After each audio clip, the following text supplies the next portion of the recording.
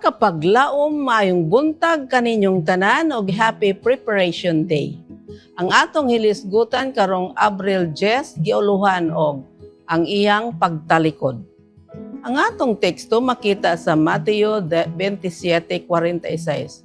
Diyos ko, nganong gitalikdan mo ako? Kapaglaom, niingon si Elizabeth sa tibuok na ko ang kinabuhi, gipasaligan ako sa kanunay sa tabang sa akong ginikanan.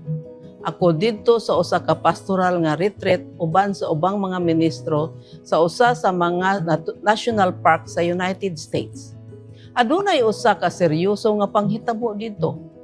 Ako nakasinati og pagkahilo sa pagkaon ug sa tubig banga nahimong makamatay sulod sa 2 ka oras. Human sa pag-abot sa mga paramediko niadtong matahom nga hilit nga hotel, ilang gisultihan ako nga kinahanglan kong magpabilin didto sulod sa pipila ka adlaw aron mabawi ang akong kusog. Ang tanan sa akong grupo mibiya, kinahanglan nga ako magpabilin didto nga nag-inusara.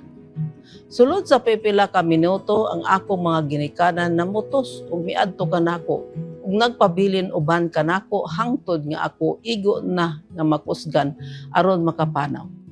Wala gayod ako mobati nga gibiyaan nila ako bisan pa sa labing mangit-ngit ug labing lisod nako nga mga kahimtang.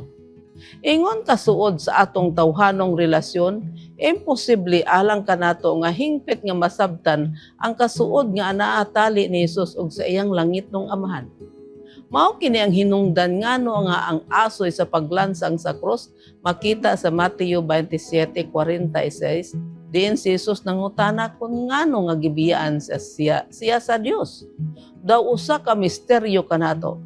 Sa mga ikasyam nga takna alas 3 sa hapon nga mao ang panahon sa halad sa gabii, si Hesus mituaw sa mga pulong nga natala sa Salmo 22:1.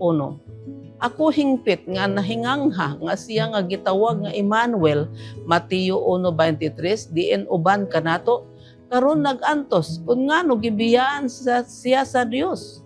Ang El sa Emmanuel mao ang sama nga Dios sama sa Ilay, Diyos ko, Mateo 27:46. Talagsaon nga si Hesus adunay usa ka lalom nga kahibalo sa pagkawala sa suod nga presensya sa Dios sa iyang takna sa kangitngit. Ang iyang gitawag siya nga Dios ang bugtong higayon sa Mateo, imbis nga amahan sama sa iyang kanunay nga gibuhat. Dugang pa, ako nahingangha nga si Hesus sa iyang padawon sa hingpit nga kasakit og taliwala sa iyang kamingaw, migamit sa unang persona nga possessive pronoun, akong Dios, nga nagkupot gihapon sa iyang pagsalig sa Dios, ingon nga iyang Dios. Kapag laom si Hesus mao ang tigpasan sa sala, inumdumi nga si Hesus gisalikway sa imong dapit aron ikaw dili gayud makahiagom ni ana. Dili kagayod isalikway sa Dios. Dili kagayod niya pagbiyaan ni pagtalikdan. Mag-ampo kita. Dios ug mahigugmao na mo nga man sa langit. Dako ang among pagpasalamat kay Ginoong Hesus tungod sa iyang gipas-an ang tanan nga pag-antos bisan pa ang kamatayon sa krus tungod sa iyang gugma sa katawan.